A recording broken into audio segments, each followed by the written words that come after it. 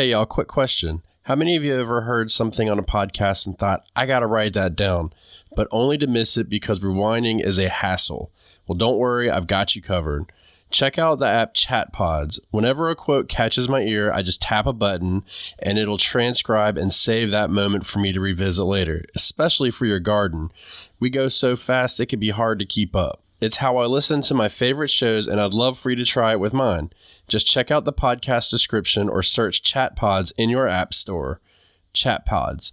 Capture podcast highlights anytime, anywhere. To have a good harvest, one must plant good seeds and must also use the right kind of fertilizer. The carrots have grown large and firm. How good they will taste. Well, good morning, ladies and gentlemen. Welcome back to the Backyard Gardens podcast. Hope everybody's having an absolutely fantastic day. And it is that day where we are going to talk about our garden wins. That's right. So we did our fails last time and it was pretty sad. But now we're going to do our wins, and hopefully we can inspire people to kind of try to do the same thing and go from there. So we'll see what we can come up with. Did you have a lot of wins this year, Batavia? It took me a while to kind of pull together what I felt like was a notable win. So I think generally speaking, the garden did well. Specific wins, we're going to dig into it. Yeah. I am going to be interested to see how these two videos do, how these two podcasts do. Like, are people more interested in hearing and seeing, garden stumbles, garden fails, or are they looking to rejoice with us and see garden wins? So yeah, that is, I don't know. I think misery loves company. We all know that. So there is that. But at the same time, in the world that we live in the gardening world that we live in, that is, I think we can all celebrate a good classic win. You know? I will say for garden fails, there is something to learn from them. And so that's why they're even talking about them as a gift, right? Yeah. And I think to respect that for this show, I think if we've done something to change to get to this success, I think we should definitely bring that up because I want to stay true to what we're about, and that will help because the things that are on my list, I've definitely tweaked over the years to get there, as I'm sure you have. Or did you just stumble into them? I feel like you ask me if I'm accidentally winning all the time. Maybe one or two I stumbled into. I planned for a couple of these, and I'm pleased to say that I won. Like, my plan worked. So yeah. No, it's when you in the garden, I think it's you can stumble into a win very easily, but I think it's important that if you do that, to understand how that win came about. And that's why I ask, because I've definitely had a lot of stuff that have gone really well that I just kind of fell into. I remember when I first did my tomatoes and pepper combination planting, and I just kind of stumbled into that, but I realized like, hey, this is really good. So we kept, except for this year, which we talked about last episode. Yeah. Anyways, go ahead. Okay. No, go ahead. I'm good with you. Well, I was just going to say, if you are new to the show, welcome. And if you'd like to support the podcast, you can do so by becoming a patron, an Apple subscriber, or you can buy some seeds from us down below. And it's also that time of year where we have an Amazon list where you guys can get all kinds of products that we use and we've tested in our gardens. So check that list out below and enjoy that, because all those products we've used and we have tried in our garden and we have approved. They are Backyard Gardens podcast approved. So definitely do that. And the code for our seeds is YBBBB. Young Ben, Batavia, the Brave Botanical. And that'll get you a discount, and $35 or more, you get free shipping. Is this the episode that I should tell you that I listened to a prior episode and you absolutely said Young Ben, Batavia, Botanical? So it was only 3 B's, not 4. So what happened was when I went to go put the code in, I had to have 5 characters. Mm-hmm. So we had to throw in the brave. So there it goes. As it should have been to begin with, but that's just should. Look, I was wrong. What can I say? I was absolutely wrong. On a fail note, just for a little bit of humor, I have 1 onion so far that's gone bad, and it was soft, and I said, well, let me cut it to see. Oh, was that a mistake? I cut it, and it just reeked, but it was already dark outside. I was on the phone with my uncle, and so I was trying to strategize, what should I do here? It smells so bad. And so I'm like, oh, I'll put it in the freezer. And I stopped myself because I'm like, now the freezer going to smell like onion, right? So I put it into a plastic container, left it on the counter. Again, smelled terrible. And this morning I went out. So the brave Batavia will not go out after dark. Maybe that would be the safest time to travel outside after dark with a sneaky onion. Yeah. No raccoons absolutely. will come near. I had a rotten squash. So it was the first squash we harvested. We had forgotten about it. Ooh, boy. Mm-hmm. We had to clean it yesterday. We actually have squash sitting on our porch drying because we had to wash them all. Mm-hmm. So that was fun. Oh, and I also forgot. We are on YouTube right now. This video is on YouTube. So check that out. Give it a subscribe. Watch it. And if you could watch it so we could offer the video to the members and stuff like that. If you want to become a member, we hope to open that platform as well. It takes some time. So, yeah. All right.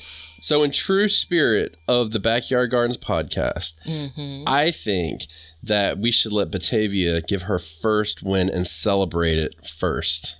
Oh, wow. That's a lot of build up. So my first win, I'm jumping in. I absolutely green beans, right? Which is so ironic when it comes to thinking back to when I was a child and the things that I didn't really love to eat. And so green beans has become a quest. It's become one of my favorites. So I've had hit or miss years when it comes to getting the quantity that I want. And while my pole beans flopped, I really got with the kind of second sowing of bush beans, which I've never really nailed. I did my planter tower of bush beans in July. And when I tell you that, given the unseasonably warm fall that we had, I harvested the last of those beans in November. So not only did the entire planting produce, it continued to produce. So I got more than 1 or 2 or 3 pickings off of them. And one of the things that we kind of hint at it, we say it sometimes with listener questions, plant more is the answer when it comes to something like green beans. Plant more than you think you're going to need, Absolutely. Well, first of all, what variety did you plant? Oh, I planted a combination. So I started with contender, of course, which is in our seed shop. I did jade, and then I did one more, I think tender green. So I mixed them when it came to that last planting. Did anything produce more? No, I don't think so. Yeah. If it did, I didn't pay that close attention to it. I have all of the intentions going in to do things like that. Yeah. And then I was just let's focus on the winning part. Let's not focus on the garden project that went awry. Look, whenever I plant stuff like that, I do multiples. I'm like, I'm going to pay attention, man. It's really hard for me to pay attention. Okay, because they all start to just kind of blend together, unless I get different colors. Yeah, that's absolutely why I mixed them, for the goal of, all right, let's see which ones I prefer, which ones perform better. And now it's a green bean is a green bean, man. I even labeled them for that purpose, but here we are. Did they come in hot and heavy? They, so July, immediate germination, no issues, no disease. And then probably around maybe the end of August is when they started kind of coming in as a fluster. So just like anything else, you get a few, and then you feel like you get all of them, right? And so that influences plans for next year's plantings as well. So I don't know if I've ever planted beans kind of that late in the summer, and if I did, it was only a handful. So I think I did. If I did the math, let's see, 5. I mean, it probably was 60 plants or something. And that's rough math in my head because I didn't want to pause and start counting on my fingers and toes. You planted 60 plants? Yeah, it would have been 60 beans, Why did you put so many plants in? That's the way that the planter is designed, where you can put 3 seeds in a pocket.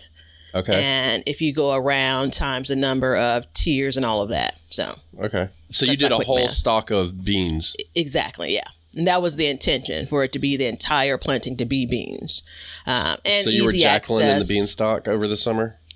Ha ha. Absolutely, I was. And it was in a convenient place too, right? And so, you kind of have to think about that. July, we're getting to the later part of summer.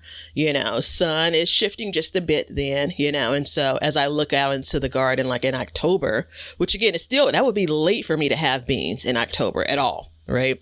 And I could see where the, sun wasn't shining as brightly. But we were like in the last bit of the production. So that made it just okay. It was just fine that it wasn't like in the sunniest spot in the garden. Right. So yeah, watering went well. Fertilizing went well. The initial germination taking a step back. And then I did a pretty good job at continuously picking them. Right. Yeah, that's important. I do want to say this to a little behind the scenes to the show. We've gotten a couple of requests for us to talk about varieties. In some capacity. So that's why I was kind of prying a little bit about it. Sure. It's a muscle that we got to flex. And I think all gardeners do, is like focusing on different varieties for different things. But I will say, and I was curious about your opinion on this. Do you think that green beans, like bush beans, produce more than pole beans, or that's option A, or option B, do you think they produce quicker than pole beans? Option B.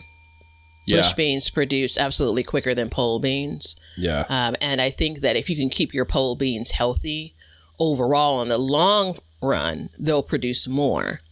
But again, it's about keeping them healthy. Because key with bush beans, if you plant a bunch of them, you could pull plants if you notice something going awry. So when I said I stayed on top of pulling them and picking them, not only was I picking them at my ideal size, which is a smaller pod. Like I don't want them when the beans start to protrude, like that's the key, right? And I did a good job at getting them in the house and consuming them. I didn't do any canning of them this year, but I had enough to make nice sides and beans as side dishes. So it's I think they produce faster, and I think the reason why they do is because they don't have to produce that long ass vine. I think they can just produce foot or two tall, and then they get to business. So and you can pack them so tight in. Good for you, man. I think you're better awesome. off if you're packing them too. Yeah, my problem is I had that mosaic virus, but I couldn't get a spot open in my garden for bush beans. That was the issue I had, because I had full intentions of putting them in, but I didn't have the option. So it is what it is. If you think about something like a bush bean versus a pole bean, you could decide I'm done with picking them for now, right? Yeah. Pull the plants and put something else in, with the idea of you've waited so long for pole beans and the promise of, so many beans maybe hasn't come to fruition yet. So you're more inclined to leave those in. Not to mention they're running all over the place, Yeah, absolutely. Well, good. Well, I'm going to do my first one. I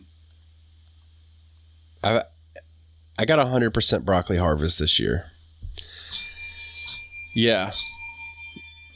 That's really, really big. I mean, usually in the spring, the way it works is if we plant, we probably get about 20 to 40% harvest if we're lucky. And so this year I really focused on it, and I went a little bit different, and I went kind of hard on it and said, you know what, let's do a couple things. I started, over the years of watching it and doing different varieties, we've done Waltham, we've done Imperial, we've done Green Magic, we've done Calabrese broccoli a lot. The Calabrese was the one that we didn't lose the harvest because of the fact that it was bolting. It was the way that it grew. It's a sprouting broccoli, so it naturally wants to spread its head open. So we just eliminated that plant. But I looked at it and said, okay, what's the problem in the garden overall? And the problem is that it gets hot and they start to bolt. So we had to combat that. So what we did this year is we took our broccoli and we planted it, I would say, about a month earlier than normal. Mm-hmm. And what that did is that allowed it to get comfortable in the garden a little bit, earlier.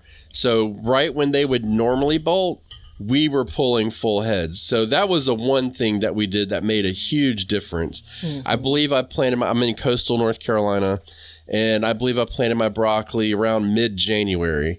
So that means that it's almost time for me to start my broccoli seeds for next year. Mm-hmm. The other thing that we did, which is really important, is we went and we fertilized often and heavy. Mm-hmm. So we put a pre-planting fertilizer down, and then we came back and we put we gave it liquid feed, and then we gave it some blood meal on top of that, and then we came back a couple weeks later and we gave it another liquid feed, and then we gave it another organic granular fertilizer. Mm-hmm. And we kept that process going through most of it. And I mean, we were feeding heavy. And they got big, the plants got really big, and boom, I mean, it just exploded in growth. So I was really happy with that. I'd never had that experience in all of my years gardening, but it kind of took sitting down and tweaking the actual planting dates, I think, was the biggest part, because even if I hadn't fed heavily, I still would have gotten broccoli, but just not as big. So that was important to me. But then I was like, well, if I'm already doing this, let me take it a step further. And then I just kind of combined the two, and it worked out swimmingly well. Yeah, I think you're racing against the clock, specifically for broccoli, which we know it's a heat sensitive vegetable, right? It's a heat sensitive plant. So for you, when you talk about planting early, it isn't just for planting early sake, right? You're trying to get those crops in early. You're feeding heavy. Obviously, you want it to produce faster. You want it to produce a bigger head of broccoli, but you want it to produce before it bolts, before that heat sets in. And that's about timing in part. Now, your weather conditions also allow you to, for those heads to produce as well. Because, I mean, you could plant right now, and if the weather isn't ideal, it doesn't matter how much you're fertilizing if you don't have kind of the climate for it, right? Yeah, I've been accused on YouTube a few times of, because my big thing is, I don't think gardeners are really planting early enough, especially for some things. So it's one of those things where I've been accused of like, hey, you're just doing this for show. And it's like, no, absolutely not. Mm-hmm. This is the art of finding out your timing in your area. Mm-hmm. And at first it seemed crazy to me to be planting so early. I mean, I was out there and I was like, man, I was watching the weather. I remember, and it was going to be, we usually get about a 2-week real cold snap in mid-January, and then February can go either way. And I was watching the weather, and I was like, look, it's go time. And we ran out there, and we did it. And I was prepared to do whatever it took. And I didn't even have to cover them. I was surprised. But once we got past that cold snap, and there's a lot of things that happen at that time of year. So we were about a month after the winter solstice. Mm-hmm. So the sun was getting higher, which means the garden was getting more sun. And from that point on, the garden gets a lot easier because the sun's getting higher and higher and higher. So we were able to go through and really maximize that period of time. And all the cards fell into place right there. So it worked out good. Now the question is, can I do it 2 years in a row? That's the question. It's like 1 year you're like, okay, I got a little lucky, I'm good. But then the second year is like, I need to, my goal this year, and I'm not encroaching on my gardening goals for next year though, but my goal for my broccoli is I would like to hit about the 75% mark. 100% is great, but that's a little unrealistic to be like, I want 100%. But I think 75% is doable if we stay on the same path. Yeah. Well, when you think about like the percentage that you're able to actually harvest, it's notable because this is one of those single producing crops, right? We know about the side shoots. We know y'all love the side shoots, but this is one that you're looking for a single head as the win, right? And so once you get that and you can consistently get that plant over plant, you know, we go into this expecting some level of loss, right? And to get 100% is pretty cool. I think one of the things, and this is where knowing your growing area really matters. So I can't plant anything just in open soil in January. My soil is just getting good and frozen by then. But I could still take from that. I could take broccoli because I run into broccoli bolting when it gets to, you know, closer to the end of spring. So how early can I plant my broccoli when I can actually work the soil? Like that's because I'm facing the same challenge when it comes to your racing against the clock. My calendar is just slightly shifted compared to yours. Yeah. Right? Well, and the other thing too is your temperatures stay cooler longer. So you have a more forgiving spring. Yeah. Now we're the opposite in the fall where we have more forgiving temperatures, but we have a lack of sunlight. So there is that aspect of it as well. Look, good on you. Yeah. It was definitely a win. So I'll take it. Oh, shoot. I'm up next. Yeah. Not unless Leonard's got one for us. And I don't see Leonard. I got all wrapped up in the broccoli of it all. So I hinted at like a thing. So onions, and this is a win because this is something I've challenged myself to do. So to level set, onions are one of the least expensive things that you can get from the grocery store, even organic onions, right? But onions are one of the things that you use in so many applications, so many dishes, so many, you know, meals that you're preparing, right? And onions are also something that stays in the garden quite a long time. So if I look at my calendar, it said that I can plant onions as early as like maybe the third week in March, right? And so by that count, I'm harvesting them somewhere around the early part of August. That's a long time for a single crop to be in your garden. So I kind of had to do the dance this year of how many do I want to grow? Now, I just started as many as I thought made sense. I probably used like half of the packet of onions. So that's a part of the beginning of the win, right? The starting them from seed. I tried it last year. They died in the basement before they even made it outside. I tried it this year, stayed committed to it, had beautiful transplants ready to go outside. Now we're keeping it real because I actually didn't plant them in that kind of third week of March like I should have. And I think that had an impact down the road. So got them planted, I'm going to say about in April. And I did my, initial prior to putting them into the ground, I fertilized. And then I did a fair of fertilizing throughout the season. I kept the area pretty well weeded and I dedicated a space to the onions. And that's something that I don't do as much as I really want to. And I've realized I should. Really, if you have some crop that you're really interested in winning with, you should actually be dedicating some space to that. So I had a whole bed of onions and then I had maybe one row in the front yard, but a whole bed of onions in the backyard. And I harvested them in, I think maybe the middle to end of August. And I still have onions as of this recording, besides the one that was smelling up my kitchen last night. But they kept well. The size was small, so it's more like larger than golf ball size, but not quite baseball size. So somewhere in between. So you really, everyone's looking for those big onions that you're going to like make onion rings with. And, you're going to do all the TikTok tricks with. I'm going to basically roast a whole onion, all of that. I didn't get those, but it works out well because for the way that I cook, smaller onions really work out well. I can use 1 or 2 smaller onions for a dish and be done versus a large onion that I have to cut. And then remember, I put it in the refrigerator and then forget about it. Yeah. And then it's smelling the refrigerator up.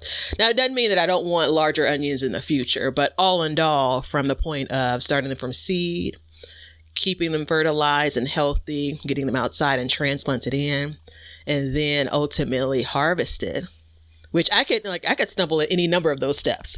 So being able to get all of those steps done, it's a real big win because I've tried to grow onions for probably 2 handfuls of years. And I realized a few years back, for me, transplanting them works best versus the kind of that little what is it called? The little bitty bulb onions you buy from the store. Onion sets. Yeah, the sets. Thank you. Those second-year onions that never produce any real sizable onions. No. So to be able to finally say, okay, now I got it. Now I can decide how much or how few I'm going to grow next year. And I'll be real. Like, I don't know that onions will be in my garden every single year, but it feels good to be able to say, okay, I got it. Like, I figured out how this works. Yeah, you're kind of checking it off your bucket list. Yeah. Those onion sets, so they're basically primed to bolt because onions are biennial. And the other thing I've had is I've bought onions before like that. You don't know what variety they are. They don't tell you. So, you could be getting a long day, short day, intermediate day, depending on where you are. It's not a very good use for it. But if you want them bigger, you just got to fertilize more. Fertilizing. The trick is, go ahead. So they're long day onions. I grew one variety. They were Spanish sweet onions.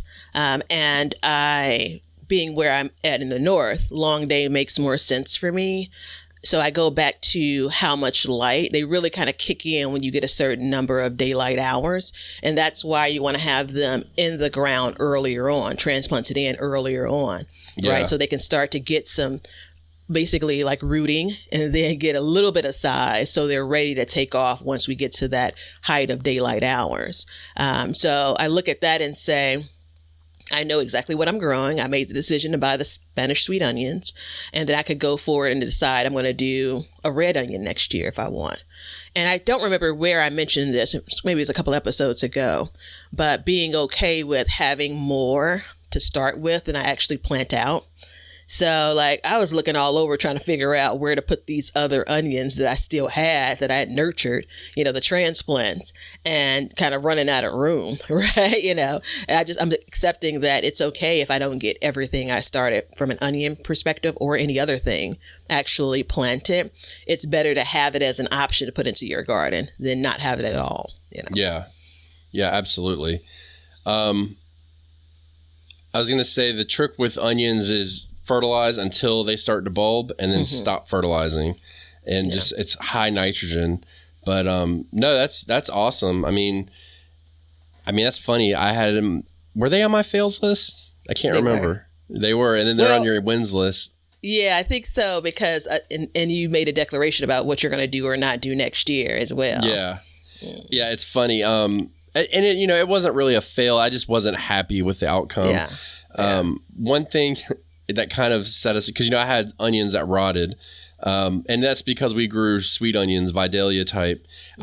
My food processor broke the blade on it, and I can't get a replacement blade, so we're down. But I wish I would have had it because I would have just processed it and then froze them in packages or something like that. That's a lot of work, though, man. That's and it takes a level of discipline and organization to know. Dude, I made one of my colleagues' day yesterday because I had to, and I only told her because the smoke alarm went off when I was on, the call with her. And so I went downstairs. I had a tomato pie in the oven from last year. Right. And so she's like, what is a tomato pie? And so we probably spent 10 minutes walking through it. I'm like, let me send you a video. And I sent her your recipe of it as well. And she's like, it was like 10 o'clock in the morning. Yeah, that's what I was eating it for breakfast.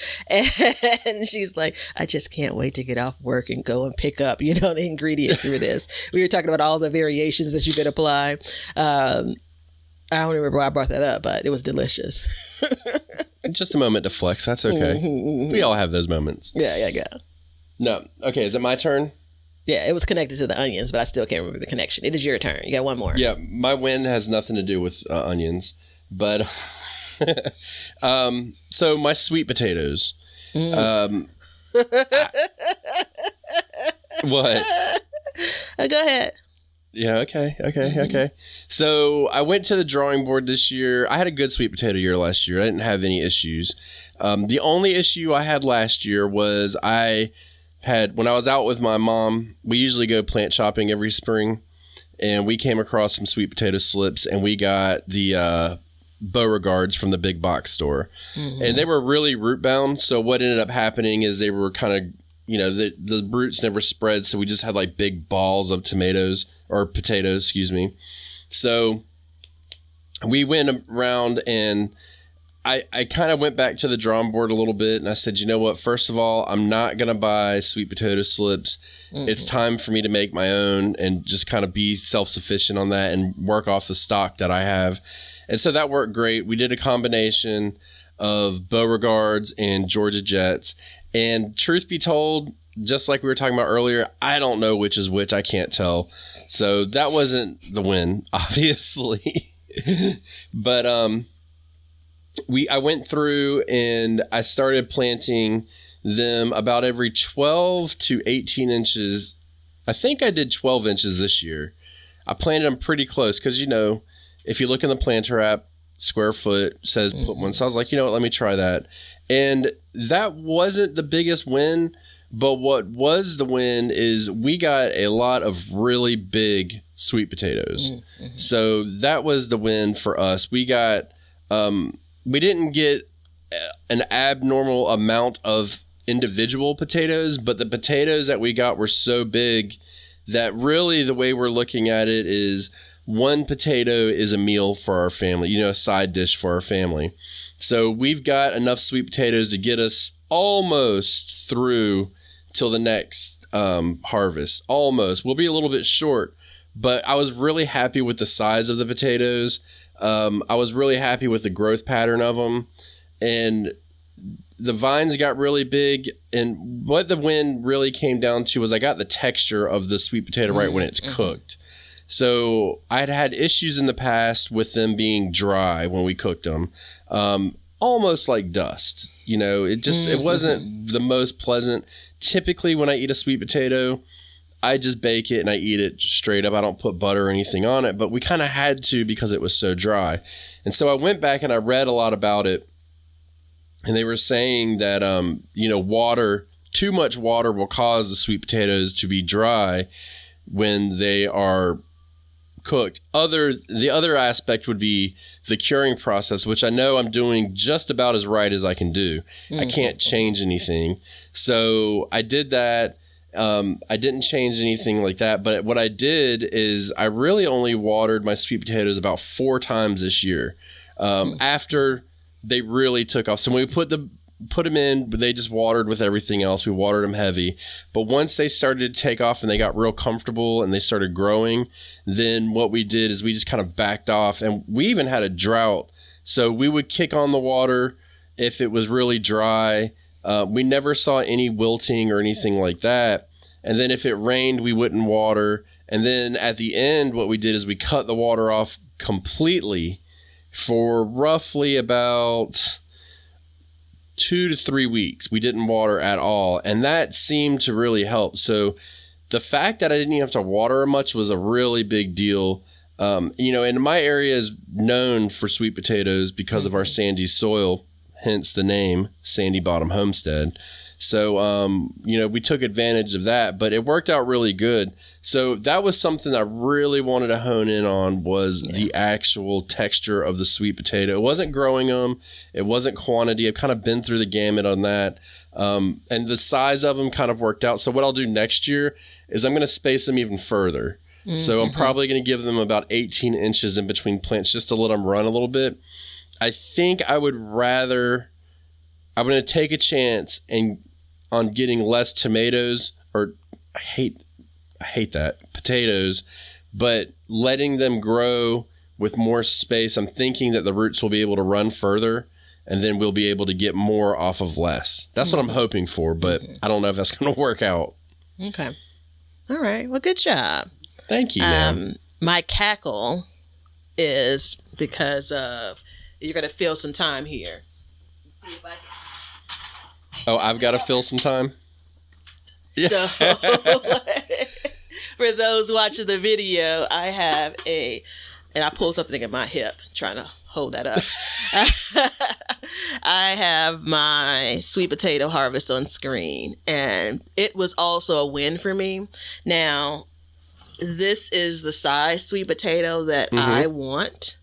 And I got not enough of those because I got a bunch of these size. So if you look at these two, Now, the reason why it's a win, it's not just because of the size. It starts at the beginning. I'm going to put these down so I'm not. Well, hold on. For the people not watching the video on YouTube, one potato was long and slender and the other one was about the same length, but probably, 4 times as fat? Yeah, 4 or 5 times. But the whole goal there was if you're listening to it, you got to kind of mark this timestamp. 35 minutes in and going over to YouTube and watch it. So sweet potatoes, I've grown for, I think this is the 5th year. And I have done a combination of things, starting them, the slips on my own, starting them with a sweet potato suspended in a jar of water, with toothpicks suspending them. I have had success with that.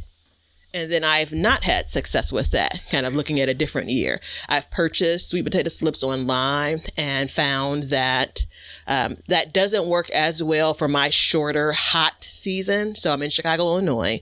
And while we do have a summer, we don't have this is a tropical plant. We don't have 100 days of 100-degree temps or 100 days of 90-degree temps.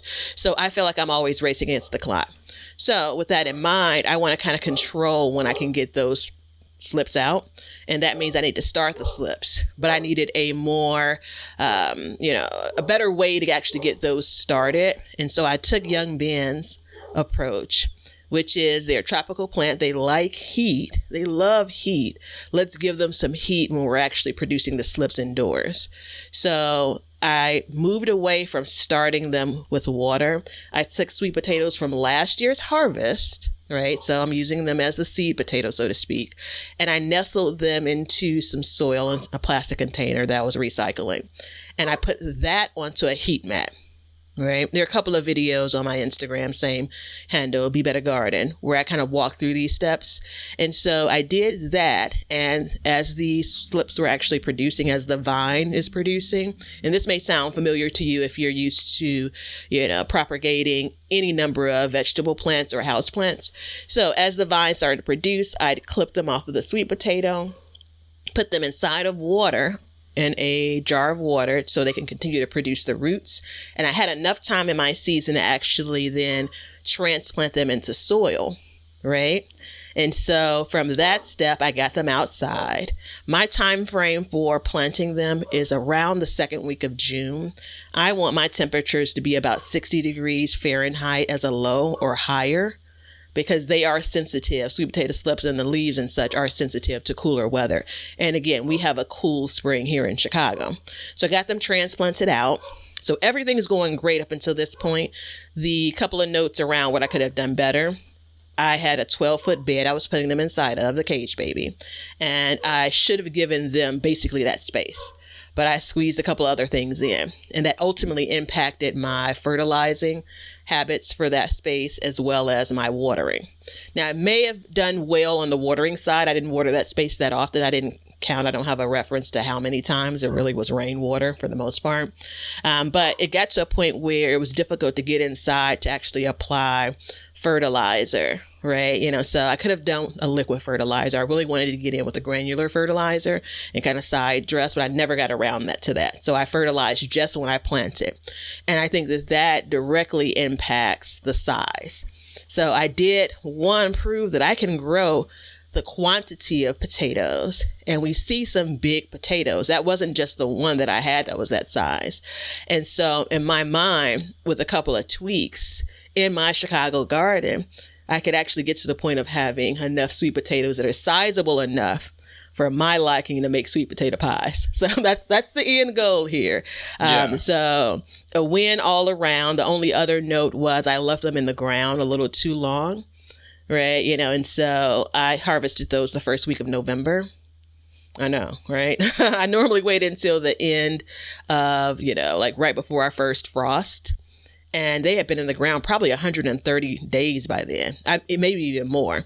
So I could have pulled them out a few weeks beforehand, because there are a few that I had to basically start eating right away. They had started to crack, which it wasn't based on watering from my hand. I think it's the potatoes are getting older, and then they were getting hit with fall rain more so than, I would have preferred. So, yeah, I don't know if, they say 100 days, but man, I don't know. I go back and forth. I think 120-ish days is about right. And I mean, look, I know we're sitting here giving you a time, but like, you don't have to be like, it's 120 days, I got to go out now. You know, it doesn't work that way. So I would not freak out over that by any stretch of the imagination. I think it's all about like testing it, looking at the soil, you know, do a test dig and just start seeing like, hey, are you going to get any size? But, so let me ask you this, Batavia, when you were doing, as you try to sneak off camera. I'm trying to block the sound. You don't see me doing that as you bring me back on camera. No, I don't. Okay. So when you go through and you were harvesting your sweet potatoes, those bigger potatoes, how fun were they to pull out of the ground? It was the best, and it's an exercise in patience, right? Yeah, you know, because the damage you can do when harvesting determines whether or not you're eating that date night sweet potato right away, or if it could be a part of what you're storing. So it was the best. They were in a space I'd never grown sweet potatoes before, right? You know, and it's also kind of the, you know, we'll add as an honorable mention, this is a different use of the cage baby this season. And that's an absolute win. A space that I had all but dedicated to tomatoes, hence the building of the cage baby, right? And I'm looking at, again, a space that continues to do well. We'll talk about your theory on why it grows things so well there. But I was a little bit concerned. Are we doing that this episode or another one? Another episode. Okay. There's this concern that I'd had that I haven't vocalized often about the soil being a little bit more compact in that bed, those 3 sets of beds, right? So I wasn't certain how root crops would do, you know, and I'm really pleased. You know, I don't feel like there was any compacting issues. You know, clearly there are a lot of the potatoes that grew on the vines. They were Beauregard, by the way. That's what I grew last year. So that's what I used for seed potatoes or to create the slips this year. I do have the one note of the garden tells you what it wants. There were points where at least 2 plants had potatoes bulging out of the soil. And I'm like, let me put some more mulch on top of it. I'll get back to it. You know, that was the sign. That was them telling me, hey, girl. And that's, I mean, and really, because you get to a point where you're not going to get that much more growth. But you, I mean, in November, you kind of hit that. So I think your timing was good. I mean, you know, I would probably say I would have done like maybe at some point mid, second week of October or something. And I wouldn't normally say that, but based on the number of days, based on the way the plants looked, and to your point, all you need to do is brush away some of the soil. You won't get to the ones that are have really dug themselves deep, but you will start to see, all right, okay, so these are producing here. They're basically, especially when you get to sweet potatoes, they start to actually, the skin starts to harden over. That's how you know they've been in there too long, you know. Well, and also you'll look at the soil and you'll see humps and ridges and stuff like that. That you know is not supposed to be there. I'm going to send you a scrap from a Georgia Jet next time I send you something so you can make slips off of that. Oh, so they produce faster than the Beauregards. Dude, so you can try to, one more thing for me to try to manage. But no, I appreciate it. Hence the name Jet. So, So what I did is I started, I think I had like 2 potatoes a couple of years ago. And from then I've grown it to where that's the majority. I'm actually trying to work the Beauregards out.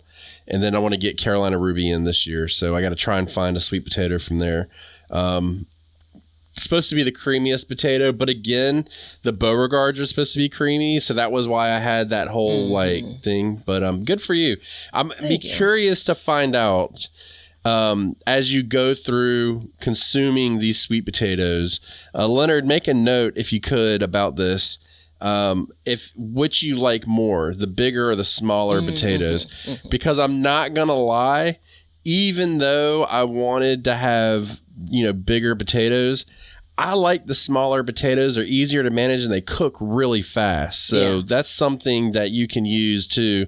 I'm just curious, like, as and that's the benefit of growing is you get all these different things you can try, and you may find that you like the smaller potatoes, except for your sweet potato pie. Yeah, So this there's is that. true. Just it's easier to handle when you're cooking something like a pie, larger potatoes as you're, peeling them and such. I've already roasted up a couple because I had some that had a little bit of damage. And so I said, let me go ahead and get those eaten up. This is before they even cured. And they were delicious. And these are, again, the smaller ones. So, yeah, it's a good note to see, how far a potato can go when it comes to the difference in the taste, and then how much size matters when it comes to this particular crop. They were all grown in the same space, all intents and purposes, watered, fed the same, so that one shouldn't impact the other when it comes to flavor. Texture, though, I do want to make a note. I found older sweet potatoes can be drier. And so when you talk about, the sweet potatoes you all harvested, I wonder how long between the harvest and when you guys actually ate them, how much time it passed. Do you remember? They were all over the place. It was basically they were all dry.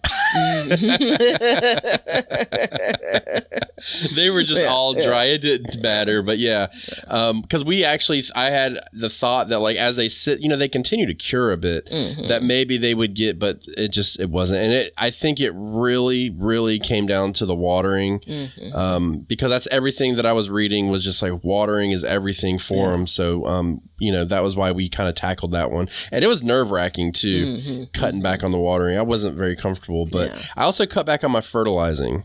So there was that too. I put my pre-planting fertilizer down. I don't know how you did it. I'd be interested. And then afterwards, as the vines grew, I gave it another fertilizing, and then I gave it one more before the vines really covered the ground. And then I didn't give it any more granular. I just kind of came back in with, and even at the point of using the drip system, I still didn't do much because I didn't want to give too much water. So we would try and time a little bit that we would drip feed at, when it was going to be real dry or something, we would drip feed. But other than that, that's all we did. Yeah. How about you?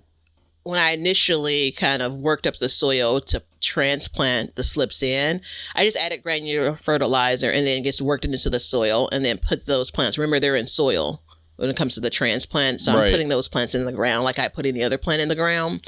And then I wanted to about 4 to 6 weeks. So to your point of before the vines just start taking off, because it's harder to kind of get down in there, I wanted to come in and top dress or side dress, those plants with a granular fertilizer. And I didn't get to that. So I think that would have helped. It would have improved matters. The vine production was beautiful. I mean, I knew I had something on my hands, but looking at the health of the vines, the plentifulness of the vines. The first year I grew sweet potatoes.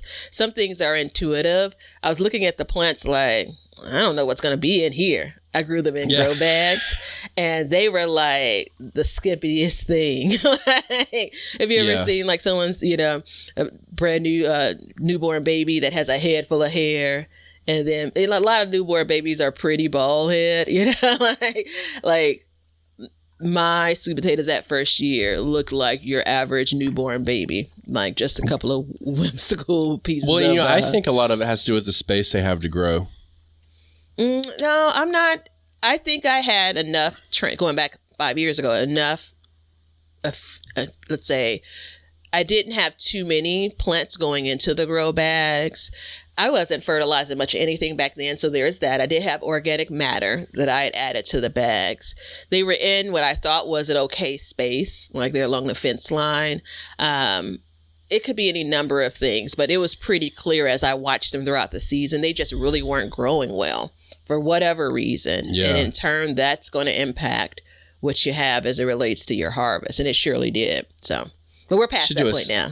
I wish we could do a study on grow bags and see how efficient they really are. I know people love them, but I don't know. We've had this conversation before. My theory is almost everything that grows well will grow well in ground or in raised beds. And I think that for containers as a whole, and then grow bags in particular, that every vegetable doesn't grow swimmingly in it. I mean, that's just my theory, though. So, there's that. It's an educated theory, though. Mm-hmm. So, look, we're running out of time, but I can't. I have to talk about this right now. I got a full Brussels sprout harvest this year. Hey, now. Let that sink in. And if you're new to the show and you're not living in the southern areas of the United States, you're probably thinking, oh, well, big deal. Well, it's an uphill battle here. So I went in. So this is it's either my 4th or 5th year growing at this point earlier this year. And so we went into it. I've tried it a couple times. I did a couple things. One thing I've done is I went through and I planted, I'd plant like 1 or 2 and, just to see. And if one failed or both of them failed, that was all I got. So I went into the year and I said, I'm going to plant a full bed of Brussels sprouts. And that gave me, I think it was like 30 chances to get actual Brussels sprouts out of this garden. So I was excited. We planted much earlier. So we started our Brussels sprouts. We got them in the ground in July and they just sat there. They didn't really do anything. And I was worried. I was like, man, I wasted my time. So we ended up going back. We added shade to them. And then as the summer kind of went by and it started to cool off, boom, they started to grow. So we kind of maximized that. And what we did a couple things here too. I did heirlooms and then I did hybrids. And so one thing I saw was the hybrids quickly outpaced the heirlooms and shaded them out. So we basically lost a row of Brussels sprouts. Mm-hmm. And in my area, it's known that like you can grow Brussels sprouts, but it's like hit or miss. Like you may be able to get some, you may not. The weather just may not work out. So we just went for it. The year before we did get a Brussels sprout harvest, but when I say a Brussels sprout harvest, I mean they were like bite size. They were super tiny. So we didn't want to do that, obviously. And it was kind of, to be honest, I don't know. I don't want to sit here and say it was like, oh, it was fun, but it was interesting because we had so many plants. We could try a lot of different things with those plants. We knew quickly that one row was going to go out. So we weren't overly stressed about it. And as the other ones were outpacing, we watched them. And typically what I get as I start to get an issue in the winter with white mold, and it's just the soil will stay wet too long. Cabbages and Brussels sprouts in particular will hold too much water around the leaves where they connect or where they're bunched up. So we'll get this white mold that formed. So in previous plant years, what I did is I would chop and drop the bottom leaves because I typically do cut the bottom leaves to create airflow. And those leaves really aren't getting much sun anyway, so they're not really doing anything. And so we chopped and dropped those the previous year, got white mold, lost our plants. So it's kind of a fail. Well, not kind of, it's absolutely a fail. So this year, what I did is I chopped and dropped, or I didn't chop and drop, I chopped and pulled out. So the way it works is when you drop them, they kind of act as a mat. And so the water can't really penetrate and it pulls up. And then as it grew, what I noticed is the top of the Brussels sprout, you know how it'll get that big ball on the top? Mm-hmm. So what I did is I left them because I've always heard like you cut them, it stops the vertical growth and starts pushing out the Brussels sprouts. And I kind of not really on board with that, but a little bit. Anyways, we ended up getting white mold on the top. So I cut the tops off a couple of them and they absolutely focused on building Brussels sprouts. Mm-hmm. So we did not get, look, I'm not trying to go crazy and say we got an absolutely huge harvest, but you're talking to somebody that has tried to grow for 4 years at this point and not really pulled anything in to eat.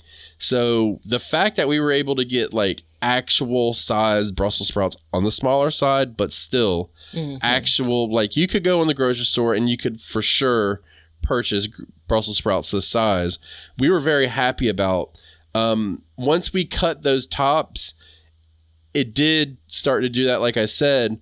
But one thing that we noticed, and it's all about the size of the plant. So the Brussels sprouts grow on the stalk of the plant, and then each leaf comes out, creates a node for a sprout. So the goal here is to get these Brussels sprouts as tall as possible so that you can have more opportunities for them. Mm-hmm. So we're kind of in a rough place, right? We're fighting the weather. We're fighting the dampness of winter. And I mean, even though it hasn't rained, it's still kind of damp because the dew doesn't really dry off. The other thing too is that plants are kind of packed in there, but we ended up fertilizing a lot. We planted earlier and we planted a lot, and we use hybrids as kind of a crutch system because they're typically easier to grow. I'm not saving seed. I mean, what the hell am I going to save seeds from? I can hardly grow a Brussels sprout. There's no point, right? So I don't even know what's good and what's not. But we ended up getting out of that. We eliminated one row, basically. We didn't get any of the heirlooms. And then the other ones, we had 16 plants. I think we harvested off of about 8 or 10 of them. So, and various degrees. Some of them were really good. Some of them weren't. But I kind of got to the point where I was like, I'm not wasting them. We're taking them. So we were able to do that. And overall, the success of it was great because we put our potatoes in that bed. Then we pulled our potatoes. We let the bed rest. And then we put the Brussels sprouts in. And we continued that combination this year. So far this year, I'm not giving up on Brussels sprouts. So far, we've got a full bed of all Brussels sprouts, and they are looking as if they're getting taller than they were last year. So that's good. So now what I need to do is I need to go in and I need to trim the bottom leaves that are touching the ground, stuff like that. Just kind of eliminate chances for disease, and let the plant focus on leaves that are actually getting sun. And we're feeding them, but we've also had a warm fall. So that helps. Our frost is delayed. Even though the frost doesn't really hurt them, still, this nice cool weather we're having now is really good for them. So we're looking like we may be in business this year, but I don't have the history behind me to get overly confident. You know what I mean? When are you thinking that the harvest would start for them in your area? Last year, I want to say it was right around January. We really started eyeballing them and saying, yeah, these are looking pretty good. I'm trying to think. So we had potatoes. Yeah, so we had potatoes and we had Brussels sprouts and we put squash in. So we had them all harvested by March. And then at the end, we weren't really harvesting anything. We were kind of pulling out what was left. And then we came back a month or so later and put our squash in. So using that combination in my garden really helped. Yeah. And I was really happy with the way it's going. So this year we should be on that same path. And the way it works is once you get it under control, you can kind of build on it. So we've had the success. We took note of what was the success, and then we're just going to continue to move forward. Boom. I see a lot of struggles with the Brussels sprouts, more than people saying, look at this huge stalk. See, I don't see that. Yeah, I see everybody's like, look at what I got. You can't grow Brussels sprouts. You must suck. And I'm like, dude, this is like the hardest thing I've ever grown. It's crazy. But I knew that going into it is going to be difficult for my area. Have you gotten a good harvest of Brussels sprouts ever? No. Hard stop. Never. Nope. Haven't gotten a good harvest. I think my timing has been, I've bought Brussels sprout transplants in the spring when they're in the stores. And I think that I should really be planting them more like the summer going into fall. So they've been in my garden starting like in April all the way through. And the plants look wonderful in spring. They look okay in summer. I've got to the point where they've actually started to bud up, and I've done the topping them off, to put that energy into the actual sprouts themselves. And, ironically, the Brussels sprouts I've seen in the farmer's market this year look more like what was in my previous Brussels sprout. I mean, you talk about like, a quarter size, maybe. So it's just, they were just more work than they were worth, to be quite frank. And I don't say that often in my garden. And so I didn't even bother with growing them this year. And I don't know if I do, when I'd return to them. Yeah, we grow a lot. We eat a lot of Brussels sprouts, so it's absolutely worth it. And also, I mean, the benefit of having a bigger garden, is you get a lot of space. And at certain times of the year, I kind of run out of what I want to grow. I've got 11 beds, and I can eyeball and figure out like how much do I want to grow, how much do I need to have in my garden, and I run out of things to put. So it works out well, especially in the fall, because our season can be so weird. We can go really hot to really cold or vice versa, and things can bolt. So we kind of, fall is like a gift to us. Yeah, but when we plant the Brussels sprouts, I don't really think it's a fall planting. I think it's more like a spring planting that's planted in summer. It's crazy. It sits in the ground so long that it takes a lot of time, but it's just one of those things. And I'm just I don't know why, but I'm just determined to be like the master Brussels sprout grower. So I'm working on it. I'm going to do it. One other thing I'm going to do is I've got some calcium nitrate that I want to give. I think, calcium. It's good for the heading portion of it. So we're gonna add one more dose of that probably this afternoon, and then hopefully that will take care of it, and we can kind of move on to the next project. So we'll see. But good luck. I'll take it. Yeah, absolutely. All right. So there's our garden wins. Now we have a question of the day. Mm-hmm. You already know the question of the day, don't you? I don't remember it, so it'll be brand new to me again. So truth be told, what we did is we're just putting the podcast back on, and I recorded my section with no audio, so we had to redo it. That's also a reason why there was so much shock when he put in sweet potatoes, because that wasn't one of the wins he noted last time. Well, and as we got done, I was upset that I hadn't talked about it. So there it goes. Something's happened for a reason. It worked out good, but it's not the first time. But before we do, I do need to tell you that the Planner app sponsors the podcast. It's a great planning app, and we just talked about our successes. And Batavia and Leonard, take notes of this. In the future, we definitely need to talk about the top things that make a garden successful, but timing and planting is everything. And this really helps with you. So the Planner app is a drag and drop interface, square foot gardening. It's very visual, tells you your companion, your combative planting, organizes your seeds, has flowers being added to it, thousands of varieties. And if you click on one of the varieties in the shop in the Planner app, you can go ahead and click the link to buy our seeds from our shop. So you could do that too. You can pick what you want. You can do what you want. You can design your garden. We use it for all of our gardens, and we reference them for the next year so we can go back and make our crop rotation plans. So check out the Planner app. The link is below. It will give you a discount on a lifetime membership on it that is well worth it. At one point, I had looked into getting a program. This is how I stumbled on the Planner app.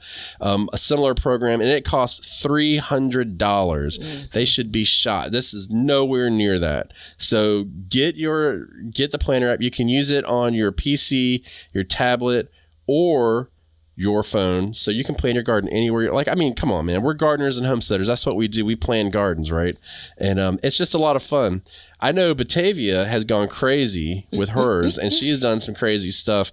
And they've actually made an adjustment now so we can have bigger gardens in it. So it's continuously getting updated, which is very good. It's not like it was just an app that was made and they walk away from. It's continuously updated. Yeah. So definitely check out the Planter app. I did when I first was looking at it. It's there's a monthly and an annual subscription, but the price and the break you get with the discount when you come from the link from the podcast, there's only like 2 or 3 things that I've bought a lifetime membership of. Yeah, I'm really particular about that kind of thing, and this is one of them, and it's so worth it. I did a combo of the front yard and the backyard, because obviously they're spaced apart, but I built basically splitting the space in half, both sets of garden spaces. And to be able to look across that is super duper helpful, generally with planning where we are now, like in the planning stage of the new garden year. But when I'm outside in the garden, it's super helpful. And I've also printed off haven't told you that, printed off the actual planter app design that I created. Because sometimes, rare, but sometimes I do want to write something in. I'm just going to cut you off. I didn't know you could print. I'm truly upset that I haven't figured that out. It's not like design as a true print function, but it suffice. Hey, Peter, can we get a print function? So, I mean, and seriously, that's how it works. If I have that, I'll have my whole wall covered with it. So I actually don't, because I can't afford the ink. But yeah, it's very visual. So check out the Planter app. That's the Planter app, available on Google and Apple stores. Okay, so let's do this. Let's get into our question of the day. This one is a little bit late for the question. We actually emailed the young lady back and gave her her answer, but it can help everybody because I know that a lot of people are having issues with this. So the question is, I live in Mobile, Alabama, and this is from Bernadette, by the way. Hey, Bernadette.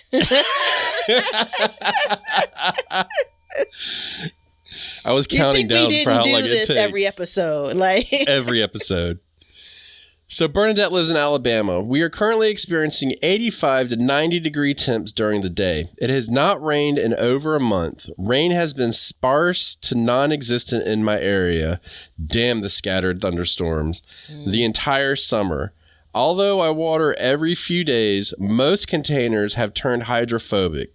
I've starting some fall crops, too hot to germinate. My question is, should I continue to seed start fall crops or hold off until optimum fall germination temps? I'm tempted to start another spring-summer run technically. First frost is November 28th. Last frost is March. But last year, we had one frost for 2 nights each in March. Yeah, so, do you want me to go first here? Most times go ahead. Jump in. So, one more time. Hey, Bernadette. I on one end, I don't remember how I answered this when we did the first recording of it, but I absolutely now remember the question. I look at this and say from end of November to March, in my mind, let's start planning for spring. Right. So when it comes to these warmer temps and these cool weather crops that you were planting for, a lot of those I imagine would be the same as what you're planting for your spring crops. So she probably can put in some maybe warmer weather crops earlier than most, given her frost dates. But I'd say, it's okay to let this fall season pass you by. By the time that she hears this, although she already has an answer, I'd be curious how the weather is shifted. So we know that, she may or may not have gotten a frost, but how hot has it been continually? Yeah. So I think generally speaking, if your forecast, looking out even at a 14-day forecast, while that's not Johnny on the spot when it comes to accuracy, it generally is going to let you know if you're still going to be in the 80s. I wouldn't bother myself with continuing to try to get things to germinate that don't like to germinate or don't like to be planted in that hot of weather. So that's my general thought. Let's move on to the next season and plan for success.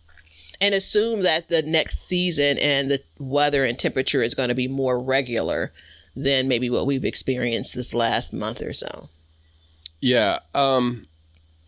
There's a lot here. And remember, just a few minutes ago, I said one of the most important things in the garden is timing. Mm-hmm. So, one thing about these listener questions is we've gotten pretty good at analyzing a very short paragraph and pulling pieces and parts out.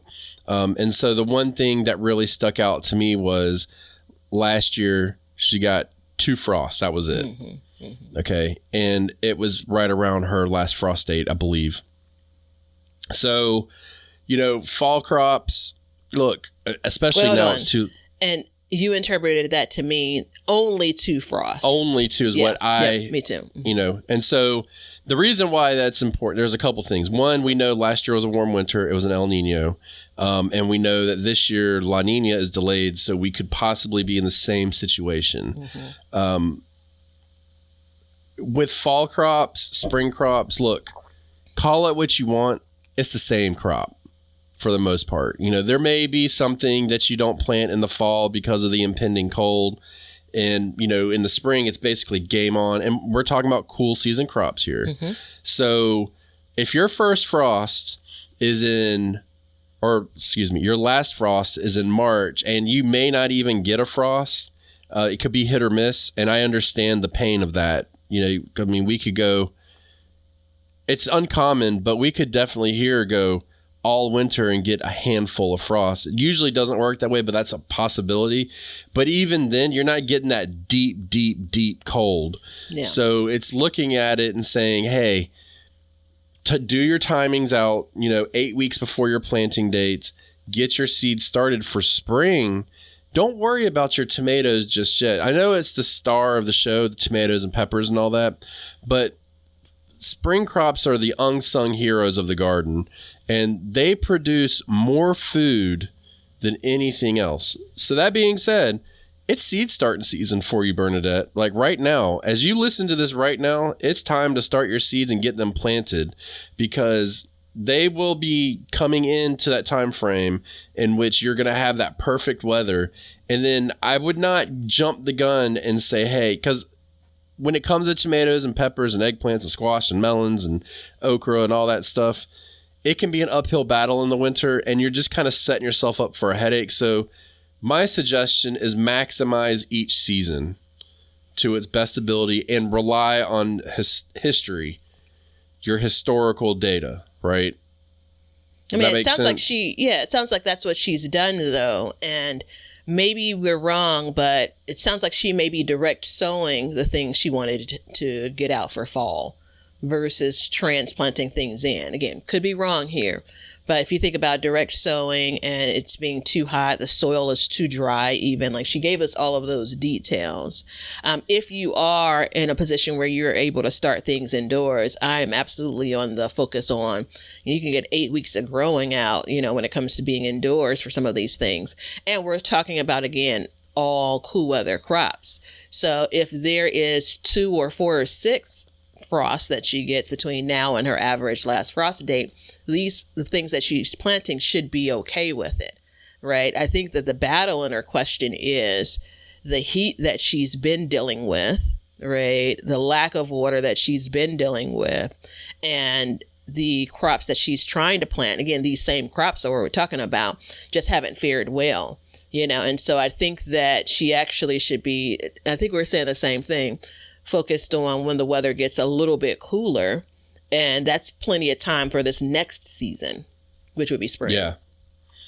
Yeah. And I mean, when you start coming up on your frost dates, like in the future, and it seems like it's going to be delayed, when it comes to starting like a summer run of planting in, which is, I went back and read it, she was asking about, you've got to think, you're talking about 8 weeks from seed to getting in the ground before you can actually do it with a lower sun and all that stuff. So